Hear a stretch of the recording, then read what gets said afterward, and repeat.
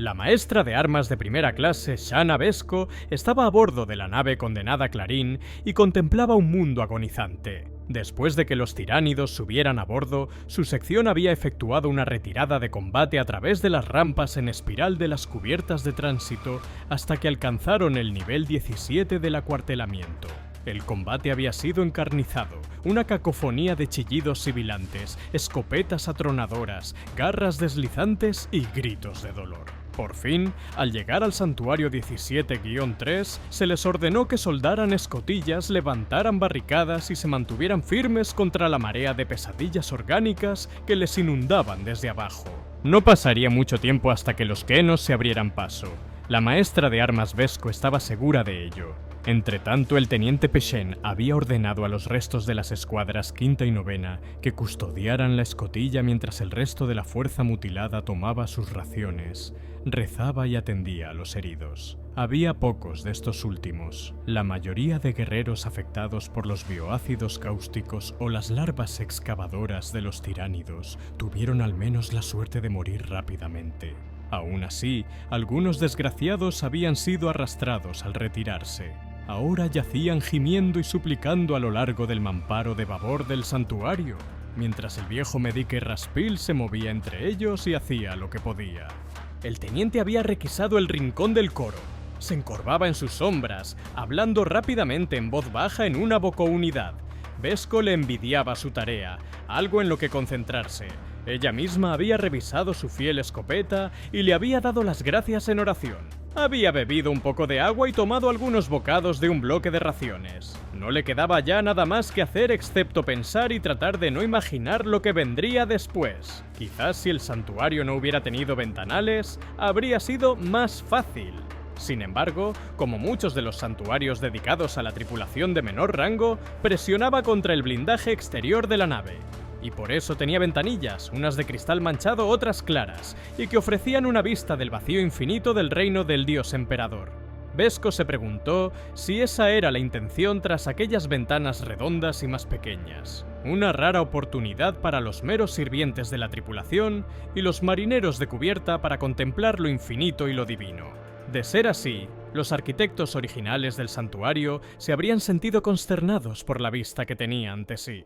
Órtica 2 se hinchaba enorme y enfermiza más allá del armavidrio. El planeta estaba más cerca de lo que incluso el timonel más imprudente consideraría seguro. En la delgada franja de espacio abierto que aún los separaba de la atmósfera del planeta, seguían los conflictos. Aquí, un ala de interceptores transatmosféricos giraba en espiral entre zarcillos de agarre, disparando municiones a un monstruo quitinoso del tamaño de un crucero ligero. Allí, secciones desgarradas de lo que Beskco tomó por una nave capital desmembrada cayeron en la atmósfera de Ortica Seguntus y se convirtieron en meteoritos ardientes. Vio criaturas cazadoras de cuerpos cónicos recubiertos de hueso que arrastraban nidos de zarcillos punzantes mientras se deslizaban por el vacío. Los escombros se extendían entre manchas de fluidos alienígenas de kilómetros de largo. Y los cables chispeantes creaban sus propias constelaciones en miniatura. Apenas 10 millas a estribor, algo que parecían bocas que roían. Pseudópodos azotantes y sacos de carne abultados envolvía una plataforma de defensa orbital paralizada.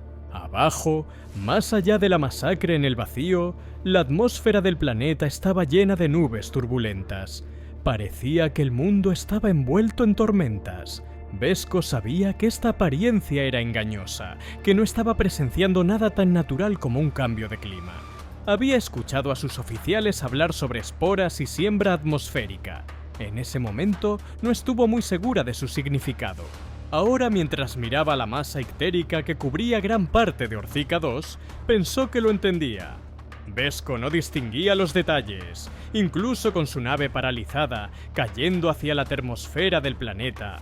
La superficie de Ortica Seguntus era solo una masa de colores y formas. Aún veía la mancha oscura que se extendía por ella. Una parte de su mente quería malinterpretar esa visión, o negarse a comprenderla. La parte que todavía se aferraba a los deshilachados restos de su cordura le decía a Beskco que aquello eran sombras proyectadas por las nubes, o tal vez por naves de vacío. Ella sabía que se mentía. Las sombras no expulsaban vastos zarcillos de ese modo, ni apagaban las luces por donde pasaban, dejando solo una oscura desolación a su paso. Ni la dejaban preguntándose cómo sería estar sobre la superficie de ese mundo agonizante en medio del horror y la sangre mientras las criaturas que formaban esa sombra fluían sobre ella y... Un grito la sacó de su ensimismamiento. Sintió como si su mente volviera a su cuerpo, retrocediendo de las garras de la oscura marea de abajo. La sensación la hizo tambalearse. Solo entonces Vesco se dio cuenta de que había estado presionando ambas manos y su frente contra el frío armavidrio, desafiando todo entrenamiento naval básico. Sintió el dolor en sus palmas y la piel de su rostro donde el frío del vacío se había deslizado hasta su piel. El grito de dolor y horror llegó de nuevo, seguido por el sonido sordo de un disparo amortiguado por la carne. Vesco miró a su alrededor y vio al mediqué Raspil levantándose junto al hombre de armas Tomar y negando con la cabeza. Raspil enfundó su pistola piadosa tras revisar el cargador. Luego cubrió la cara de Tomar con su manta de plastec. Sin duda, ese endeble envoltorio dio poco consuelo al destrozado oficial de armas mientras se aferraba a la vida. Vesco rezó en silencio al emperador para que diera a Tomar al menos la fría bendición de la dignidad en la muerte. Ella había servido junto al hombre durante casi 5 años. Trató de sentir algo por su muerte, algo de pena o rabia, pero no sintió nada. Shanna Vesco se imaginó a sí mismo, o como un recipiente agujereado, abierto al vacío helado, incapaz de sentir miedo o dolor, o de sentir nada. Como si los gritos de Tomar los hubieran espoleado, los rugidos y los chillidos bestiales fuera de la escotilla se elevaron en un coro infernal.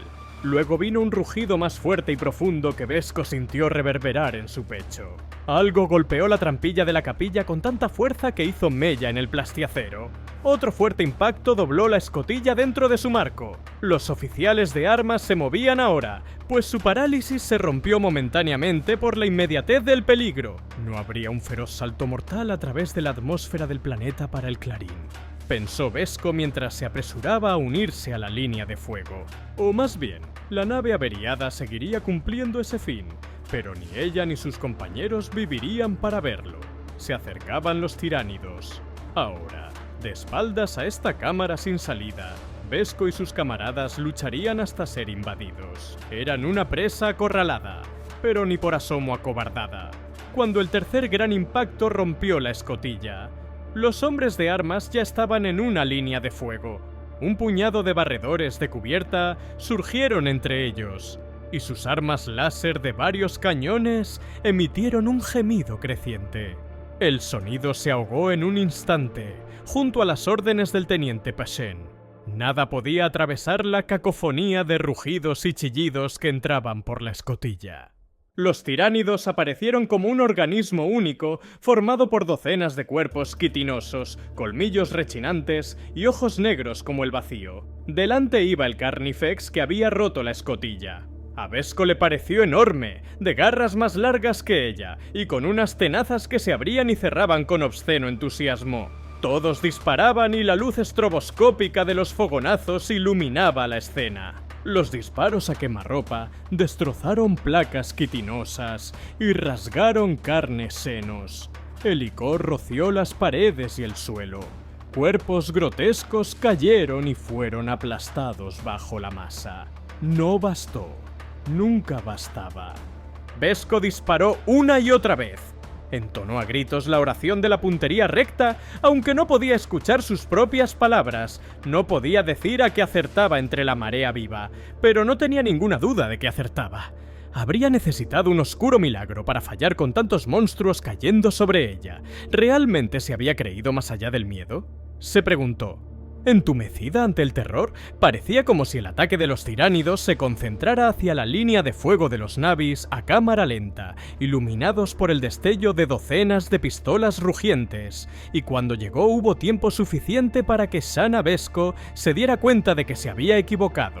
Fue testigo del horror total y final de este enemigo alienígena. Sintió su sombra fluir sobre ella, y sintió el intelecto único y monstruoso que brillaba detrás de cada ojo oscuro y de alguna manera sin vida.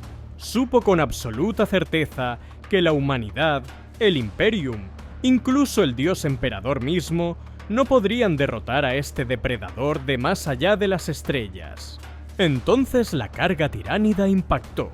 El Carnifex se lanzó de cabeza sobre los hombres de armas, aplastando y cortando, aparentemente imperturbable por docenas de agujeros desgarrados en su cuerpo.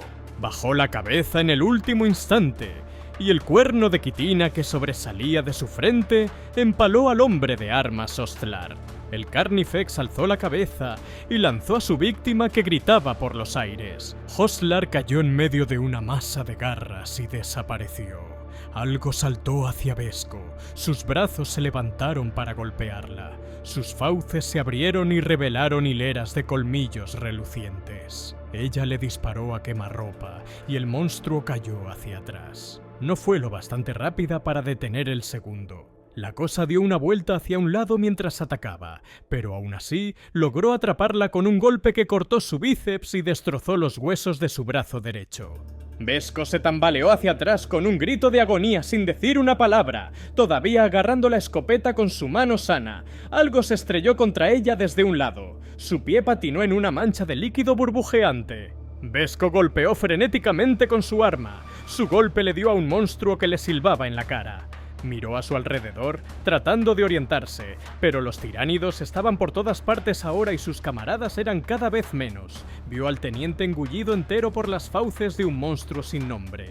Vio la cabeza del medique Raspil arrancada de sus hombros, con su cuerpo aún agitándose mientras la sangre manaba del muñón de su cuello.